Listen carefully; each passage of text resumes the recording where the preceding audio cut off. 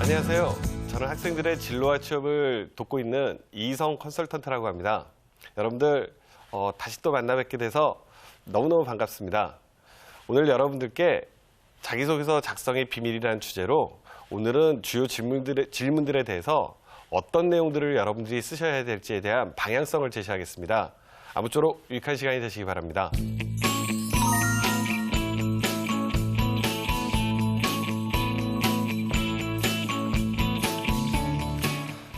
여러분들 자기소개서 쓰실 때 참 힘든 것 중에 하나가 이런 거죠. 자기소개서 질문들을 이렇게 딱 만났을 때 나의 어떤 내용을 써야 될까? 학생들이 참 고민 많이 하더라고요. 그러면서 쓸 내용이 없다라는 얘기를 많이 들었는데요. 여러분들 미리 말씀드릴게요. 인사팀장들이 자기소개서 질문을 만들 때 그냥 만들지 않거든요. 정말 짧은 자기소개서라고 할 수 있는데요. 그럼에도 불구하고 자기소개서 질문을 만들 때 인사팀장들이 읽고 싶은 내용들이 있답니다. 오늘 그 읽고 싶은 내용들이 어떤 내용들인지를 알려드릴 테니까요. 여러분들께서 나의 어떤 내용을 이 강의를 들으시면서 나의 어떤 내용을 써야 되겠다 이런 방향을 잡으셨으면 그래서 유익하고 알찬 자기소개서가 됐으면 너무너무 보람찰 것 같습니다. 하나씩 직접 사례를 중심으로 해서 오늘 강의를 진행할게요. 첫 번째, 여러분들 자기소개서 딱 쓰시면 1번으로 가장 많이 나오는 질문이기도 하면서 동시에 자기소개서 쓸 때마다 빠지지 않는 질문이죠. 지원동기라는 질문이죠. 여러분들 지원동기라는 질문을 받으셨을 때 여러분들이 어떻게 느끼실지 모르겠지만 제가 사례를 하나 보여드리고 진짜 읽고 싶어 하는 내용이 어떤 내용인지 말씀을 드릴게요. 여러분들 그 첫 번째 직무에 대한 지원동기 부분이 많이 있습니다. 요즘 이렇게 묻죠. 지원 동기, 또 귀하가 입사 후 하고 싶은 업무는 무엇이며 그 일을 하기 위해서 어떤 준비와 노력을 했는지 이런 뉘앙스의 질문들을 보시게 될 텐데요. 사례를 한번 직접 읽어보도록 하시죠. 여러분들 직무에 대한 지원 동기 내용입니다. 읽어보신 다음에 제가 어떤 내용인지를 말씀을 드릴게요. 꼭 필요한 엔지니어가 되기 위해 꾸준히 열심히 준비했습니다.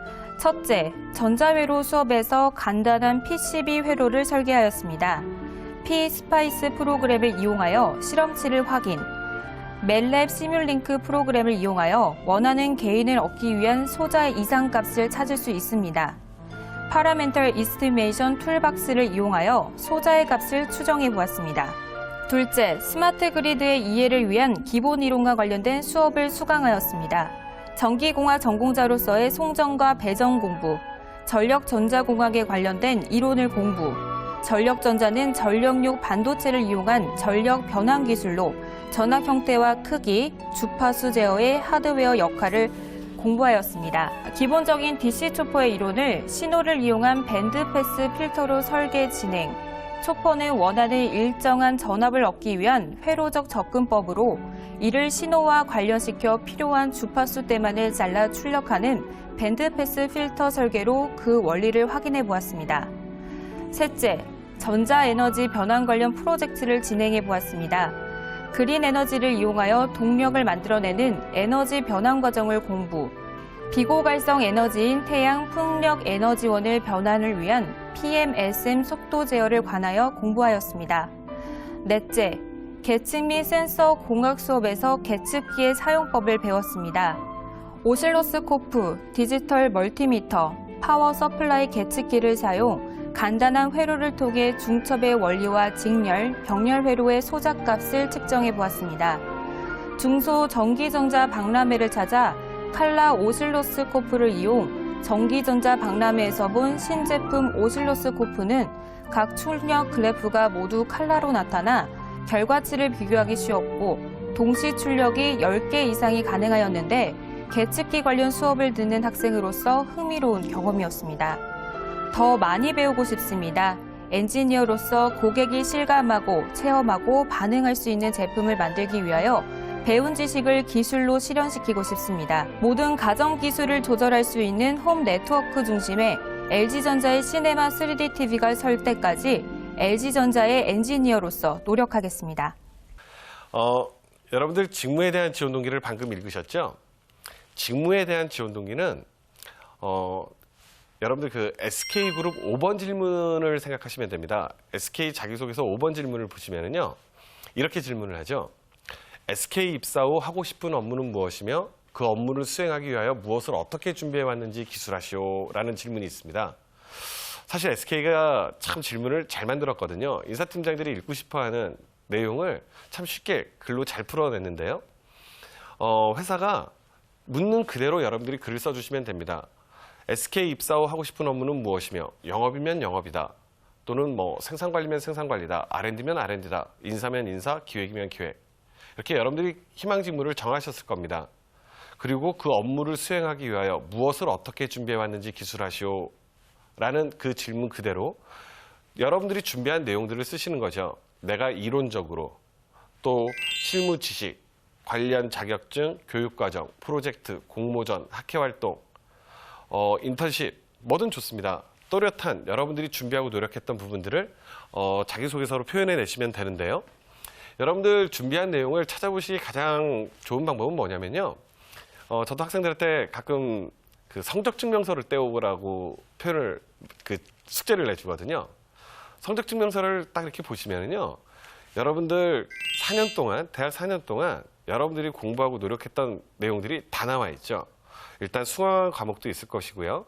수강한 과목 속에서 내가 했던 팀 프로젝트들 또는 실험 실습들, 특히 방학 때 학생들 참 많더라고요. 여름방학, 겨울방학 때 내가 어떤 프로젝트를 해봤다, 어떤 실험 실습을 해봤다, 또 어디 외부에 나가서 어떤 활동들을 해봤다.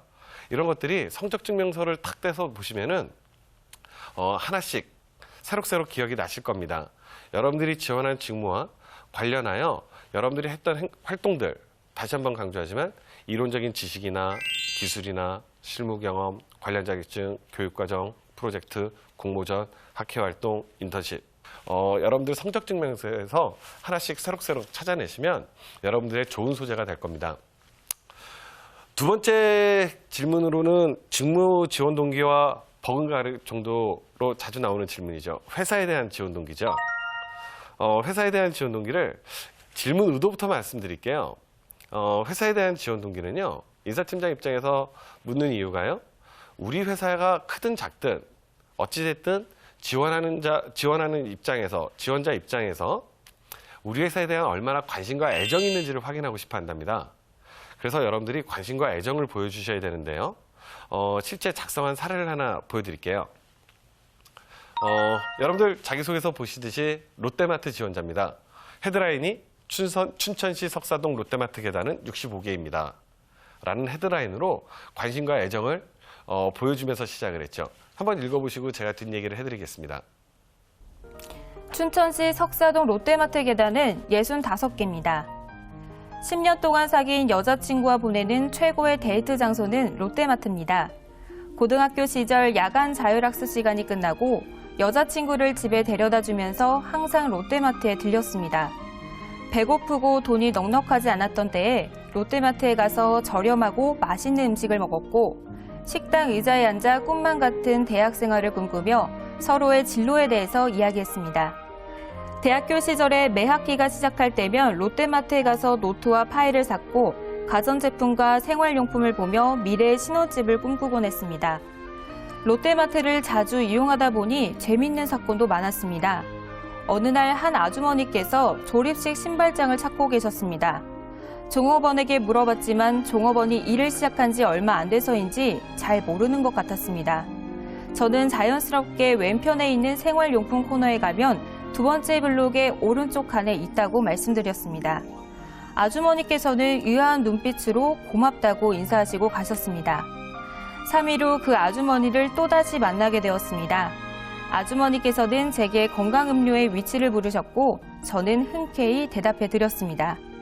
아주머니께서는 왜 종업원이 유니폼을 안 입고 있냐고 말씀하셨고 혹시 롯데마트 사장 아들이 아니냐고 물어보셨습니다. 이렇게 롯데마트에서 데이트를 많이 하다 보니 자연스럽게 모든 물건의 위치를 파악할 수 있었고, 심지어 계단의 숫자, 식당의 메뉴와 가격을 알 수 있었습니다. 롯데마트는 저희 커플에게 최고의 놀이터이자 미래의 꿈을 키워갈 수 있는 곳이었습니다. 10년 동안 저희 커플에게 안식처와 행복을 제공한 행복드림 롯데마트에서 오늘부터는 롯데마트의 사원이 되어 제 업무에 충실하고 긍정적이며 배려하는 자세로 제가 받는 행복을 고객분들께 돌려드리고 싶습니다. 여러분들 어떠세요? 여러분들이 롯데마트 인사팀장이라고 한다면 여러분들 롯데마트에 대한 관심과 애정이 있다는 부분을 느끼시나요? 약간은 사적인 얘기인데요. 사실 저도 현업 인사팀장을 하면서 인사팀장 모임이 몇 개 있는데요. 그중에 이제 롯데마트 인사팀장을 하시는 분을 사실 알고 있습니다. 근데 그분도 실제 이 학생의 자기소개서를 기억하고 있더라고요. 그분의 표현이 자기가 읽어본 회사 지원 동기 중에 우리 롯데마트를 이 친구처럼 사랑하는 사람은 없었다라는 거거든요. 제가 그 롯데마트 인사팀장님의 말씀을 들으면서요, 이런 생각을 해봤습니다. 아니다. 롯데마트를 더 사랑하는 지원자들이 있었을 것이다. 다만 표현을 잘 못해냈던 것이다 라는 생각을 해봤거든요. 여러분들이 지원하는 회사에 대해서 관심과 애정을 보여주셔야죠. 그래야 회사에 뽑는 쪽 입장에서는 우리 회사를 사랑하는구나 라는 기본적인 전자에서 여러분들을 면접장에서 만나보고 싶다라는 거죠. 참고로요, 학생들이 그 회사에 대한 지원 동기를 쓰게 되면 정말 너무 오그라든다라는 표현을 말씀드릴게요. 학생들이 관심을 보여준다라고, 회사에 대한 관심을 보여준다라고 생각하면서 쓴 글들 대부분이 이런 거잖아요. 우리 회사 홈페이지라든가 또는 다트에서 찾아본 회사에 대한 기업 분석 내용들, 팩트들 중심으로 글을 쓰거든요. 사실 같은 팩트를 놓고 바라보는 시각에 달리하면 관심을 뛰어넘는 애정을 보여줄 수 있죠. 여러분들께 이런 팁을 하나 드릴게요. 요즘 인사팀장들이 참 좋아하는 게 뭐냐면요, 관심을 뛰어넘는 애정이랍니다. 그 애정이라는 표현은 방송용어로 적절할지 모르겠지만 지원한 회사의 약점, 보완점들을 집요하게 찾아내서 그 부분에 대해서 내가 어떠한 기여를 하겠다라는 식으로 글을 써주신다면 인사팀장들이 굉장히 좋아한답니다. 왜냐하면 맨날 뻔한 그 회사 홈페이지 보고 쓴 지원 동기들을 보다가 우리 회사에 대한 약점과 보완점을 날카롭게 지적해내고 그에 대해서 이런 개선 방향을 제시한 줄 안다라는 것이 관심을 뛰어넘는 애정으로 느껴지거든요. 여러분들 겁내지 마시고요. 겁내하지 마시고요. 지원하는 회사의 약점과 보완점을 들춰내서 거기서 내가 이런 노력을 해서 개선해내겠습니다. 이런 표현을 회사 지원 동기의 기본 방향으로 갖고 가시면 굉장히 좋은 회사 지원 동기가 나올 겁니다. 다음은 여러분들 또 자기소개서 쓰다 보시면 빠짐없이 나오는 것이 있죠. 성장 과정입니다. 성장 과정을 쓴 사례를 한번 읽어볼까요? 헤드라인은 일남삼녀와 부대끼며 챙김이 몸에 배었습니다 라는 헤드라인입니다. 사실 헤드라인만 봐도 여러분들 글이 어떤 내용일지 상상이 가시죠? 한번 읽어보시죠. 일남삼녀와 부대끼며 챙김이 몸에 배었습니다. 저는 일남삼녀 중 첫째입니다. 어려서부터 부모님께서는 식당을 운영하셨기에 새벽 5시가 되면 어김없이 두 분이 함께 식당으로 출근하셨습니다. 이후에 동생들의 아침 식사, 점심밥, 설거지, 청소 등은 제가 직접 챙겨야 했습니다. 초등학교 3학년 여름방학 때의 일입니다. 그날따라 2살짜리 막둥이가 똥오줌을 지렸습니다. 그래서 기저귀를 갈아주다 보니 마른 기저귀가 거의 떨어졌습니다. 너무 걱정이 되어서 똥 기저귀들을 모아 화장실에 가서 직접 빨았습니다. 그런데 그때 마침 친구들이 놀자며 집에 놀러 왔고 어린 동생들이 속없이 문을 열어주고 제가 화장실에 있다는 말을 해주었나 봅니다. 친구들이 갑자기 화장실 문을 열고 들어왔습니다. 순간 너무 창피하고 당황스러웠습니다. 친구들 역시 당황한 모습이 역력했습니다. 하지만 저는 묵묵히 똥 기저귀들을 빨아 널었습니다. 왜냐하면 그 다음날 아침에 우리 2살짜리 막둥이가 갈아찰 기저귀가 없다는 사실이 너무 걱정되었기 때문입니다.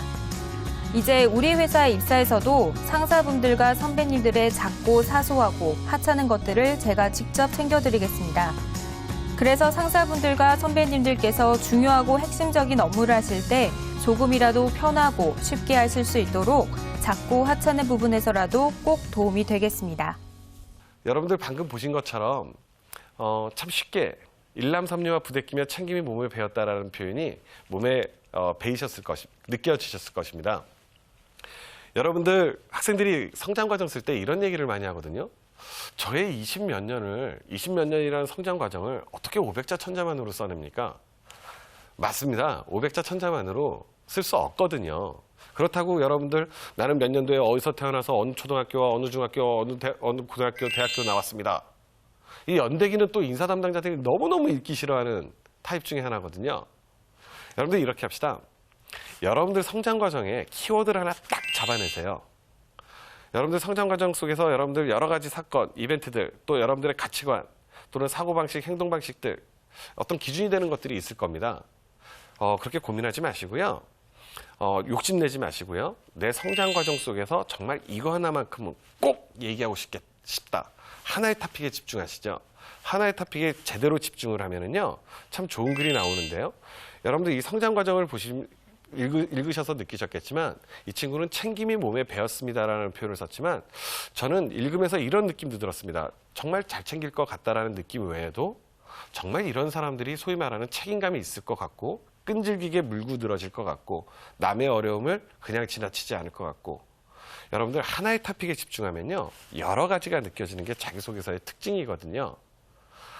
옛말에 이런 말이 있잖아요. 하나를 보면 열을 알 수 있다. 하나를 제대로 보여주는 20몇 년의 성장 과정을 다 아우르겠다는 생각하지 마시고요. 하나의 토픽으로 여러분들 집중해서 쓰시면서 동시에 읽는 사람으로 하여금 여러 가지 장점들이 느껴지실 수 있는 이런 성장 과정 꼭 구성해 보도록 하십시오. 두 번째는요. 성격의 장점입니다. 여러분들 성격의 장점 굉장히 많죠. 그렇다고 나열하면 안 됩니다. 저는 성실하고 끈질기고 책임감 있고 배려 잘하고 신뢰 있고 믿음감 있고 자기개발 열심히 하고 나열 형식은 그냥 나열 형식일 뿐입니다. 성격의 장점도요. 여러 가지 중에서 이거 하나만큼은 꼭 보여줘야 되겠다라는 걸 하나 정하시고요. 글을 편하게 한번 써보시죠. 어떤 학생이 썼습니다. 성격의 장점. 저는 뒤끝이 없습니다. 저는 뒤끝이 없습니다. 실제로 대학 3학년 1학기 때 가장 친한 과 친구 지연이와 밤새도록 쌍소리가 나올 때까지 심하게 싸운 적이 있습니다. 비록 전화기를 통해서 싸웠지만 동이틀 무렵 지연이와 저는 서로의 감정 맨 밑바닥까지 긁어놓았습니다. 하지만 불과 서너 시간 뒤에 학교에서 지연이를 만날 때 저는 마치 아무 일도 없었다는 듯이 아침밥 맛있게 먹었니? 라고 물어보았습니다. 이 말로 지연이와 저는 크게 웃고 말았습니다. 지연이도 인정했지만 제가 봐도 정말 뒤끝이 없다고 생각합니다. 우리 회사에서 일을 하면서 지점장님과 상사분들 그리고 고객분들로부터 혼나거나 욕을 먹을 일이 있을 것입니다. 그때 저는 치사하게 밖에 나가서 하늘에다 대고 상사분들과 고객분들 욕하거나 험담하지 않겠습니다. 크게 심호흡 한번 하고 냉수 한 잔 시원하게 들이키고 다시 지점으로 돌아와서 생글생글 웃으며 씩씩하게 일하는 신입회원의 모습 꼭 보여드리겠습니다. 지켜봐 주십시오. 정말 참 표현이 좋지 않습니까? 크게 심호흡 한번 하고 냉수 한 잔 시원하게 들이키고 다시 사무실로 돌아와서 생글생글 웃으며 씩씩하게 일하는 신입사원의 모습. 저는 이 친구 글을 읽으면서요. 머릿속에 그려지더라고요. 정말 만나보고 싶은 성격의 장점이자 지원자죠. 다음은 성격의 단점입니다. 근데 여러분들 내 단점을 꼭 이건 짚고 넘어가고 싶은데 뭐냐면요. 저희 현업인사팀장 할 때요. 저도 이런 표현 많이 느꼈거든요. 진짜 오그라든다. 그러면서 제발 좀 진솔한 얘기를 써줬으면 좋겠다. 여러분들 인사 담당자들, 인사팀장들이 대학에서 강의를 할 때 이런 표현들 많이 할 겁니다. 자기소개서와 관련해서 제발 진솔한 자기 얘기를 좀 써달라. 그 진솔한 자기 얘기를 써달라는 대표적인 케이스가 성격의 단점 부분 때문에 많이들 얘기를 하거든요. 학생들 성격의 단점 쓰면 솔직히 이런 거 쓰잖아요. 성격의 단점 쓰면 장점 같은 단점 쓰죠. 또는 단점을 장점화 시켜버리잖아요. 장점 같은 단점이라고 하면 이런 거죠. 내가 일 욕심이 많아서 여러 가지 일을 벌려서 통제가 안 돼서 리스팅을 해서 하나씩 해결해 나간다. 진짜 정말 장점 같은 단점이죠. 장점 같은 단점 대표적인 예가 이거지 않습니까? 건망증이 심하다. 그래서 자기가 메모하는 습관으로 극복해냈다. 이렇게 단점을 장점화 시켜버리면 이미 장점이 돼버리거든요. 내가 여러분들께 이 말씀 드릴게요. 정말 오그라드는 거 쓰지 마시고요. 이 학생처럼 정말 자기의 단점 밝혀주시고요. 각오와 함께 반성과 함께 각오를 밝혀주는 이런 단점 한번 써보시죠. 한번 읽어볼까요? 때로는 배려심이 부족합니다. 대학 4학년 1학기 때 학교 정문안 분식집에서 남자친구와 제육볶음으로 점심을 먹은 적이 있습니다. 그날따라 제육볶음이 너무 맛있었습니다. 너무 맛있어서 저는 허겁지겁 정신없이 맛있게 먹었습니다. 하지만 불과 일주일 뒤에 남자친구로부터 너무 창피하고 부끄러운 얘기를 들었습니다. 제가 너무 맛있게 그리고 정신없이 허겁지겁 먹는 바람에 남자친구는 제육볶음 국물과 김치에 밥을 먹었다는 것입니다. 돌이켜 생각해보니 너무 미안하고 창피한 일입니다. 내 입에 맛있다면 상대방 입에도 맛있다는 그 단순한 생각도 못하고 제가 몽땅 먹어버렸기 때문입니다. 그 생각만 하면 늘 남자친구에게 미안하고 제 자신을 반성하고 있습니다. 이제 우리 회사에 입사해서도 다양한 고객분들과 식사를 할 일이 있을 것입니다. 그런 식사 자리에서 고객분들께서 맛있게 식사를 할 수 있도록 제 입에 마시는 반찬을 자제하는 작은 부분에서부터 배려하는 것을 꼭 실천하겠습니다. 지켜봐 주십시오. 참 재밌죠? 여러분들 읽으시면서도 일상의 사례로서 자기의 단점을 참 잘 표현했다는 얘기를 느끼실 겁니다. 이 친구는요, 솔직하게 자기가 배려심이 부족하다는 걸 사실로서 입증을 한 거죠. 그러면서 동시에 깊은 반성을 했고요. 회사 생활하면서 앞으로의 각오, 인생을 살면서 앞으로의 각오, 배려와 관련된 각오를 밝힌 겁니다. 정말 진솔하다는 느낌 들지 않으세요? 여러분들 장점과 같은 단점 또는 단점을 장점화시키지 마시고요. 여러분들 좀 전에 말씀드렸던 것처럼 진솔하게 나의 단점은 뭡니다 라고 밝히시고요. 그 단점에 대한 깊은 반성 그리고 앞으로의 각오를 밝히세요. 다만 단점을 솔직하게 밝히라고 했을 때 이런 것만큼은 피하십시오. 특히 몸이 아프다라든가 이 부분은 굉장히 치명타거든요. 인사팀장으로서 지원자가 몸이 아프다 그러면 회사 생활 정상적으로 할 수 있을까? 그건 어느 인사 담당자라면 다 우려하는 부분이라 몸이 아프다. 또 이런 거 빼셨으면 좋겠어요. 소심하다. 소심하다면은 딱 이미지가 이렇지 않습니까? 우울, 비관, 쓸쓸, 짜증, 자책. 뭐 이런 참 말 걸기 힘들고 말 걸고 싶지 않은 타입들. 그래서 소심하다 정도는 좀 빼셨으면 좋겠습니다. 마지막으로 미래포부죠. 여러분들 미래포부 쓸 때 정말 힘드시죠? 학생들이 그러잖아요. 미래포부를 도대체 왜 물어봅니까? 이런 질문들을 하는데 미래포부를 묻는 이유는 정말 미래에 자기 직업, 자기 직무 또는 회사와 관련해서 어떤 꿈과 희망 또 그와 관련된 계획들을 갖고 있는지 실천 계획들을 갖고 있는지 그래서 일을 더욱더 열심히 잘할 수 있는 어떤 목표의식이 있는지를 인사 담당자들이 꼭 읽고 싶어 하거든요. 그래서 미래포부가 정말 회사 지원동기나 직무 지원동기처럼 자주 나오는 질문 중에 하나입니다. 여러분들 미래포부 쓸 때요. 항상 이 방향으로 쓰십시오. 회사의 미래포부 질문을 보면 두 가지 타입이거든요. 첫 번째 타입은 귀하의 포부와 그 포부를 달성하기 위하여 어떠한 준비와 노력이 필요하다고 생각하는지 기술하시오. 이거는 포부와 함께 실천 계획을 밝혀달라는 거거든요. 두 번째는 이런 타입입니다. 귀하의 포부와 그 포부를 갖게 된 계기를 기술하시오. 라고 씁니다. 그렇다면 여러분 지원자들은 이렇게 생각하시면 되죠. 회사 사람들이 읽고 싶어 하는 건 또렷한 포부와 함께 그 포부를 갖게 된 계기 그리고 그 포부를 달성하기 위한 실천 계획을 써주면 되겠다라는 생각 하실 수 있죠. 사실 인사 담당자들이 가장 읽고 싶어 하는 타입이랍니다. 제가 사례를 하나 보여드릴게요. 빅데이터를 다룰 줄 아는 세일즈 전문가가 되겠습니다. 라는 토픽으로 글을 썼습니다. 여러분들 한번 읽어보시면 느끼시겠지만요. 빅데이터를 다룰 줄 아는 세일 전문가가 되고 싶습니다. 월마트와 자라가 빅데이터를 활용하여 전 세계 매장의 판매와 재고 현황을 파악해 재고 문제를 해결하는 것은 이미 잘 알려진 사실입니다. 앞으로 패션 브랜드에서 빅데이터의 활용은 판매, 재고량 파악으로 영업이익을 극대화함은 물론 시장 트렌드와 판매 시점을 예측하고 SNS에서의 정보를 바탕으로 전 세계 고객의 반응과 요구 등을 종합적으로 파악할 수 있을 것입니다. 고품질의 빅데이터를 얻기 위해서는 데이터를 정제하는 마이닝 작업이 핵심이라고 합니다. 이를 위해 하둡, NoSQL 등의 빅데이터 기술 모듈과 데이터 마이닝, 계량 분석, 비정형 데이터 분석, SAS, 웨카 등의 분석 모듈을 공부하겠습니다. 또한 제가 공부한 사회과학과 인문학적 소양을 바탕으로 다른 활용 사례를 지속적으로 찾아 익히며 준비하겠습니다.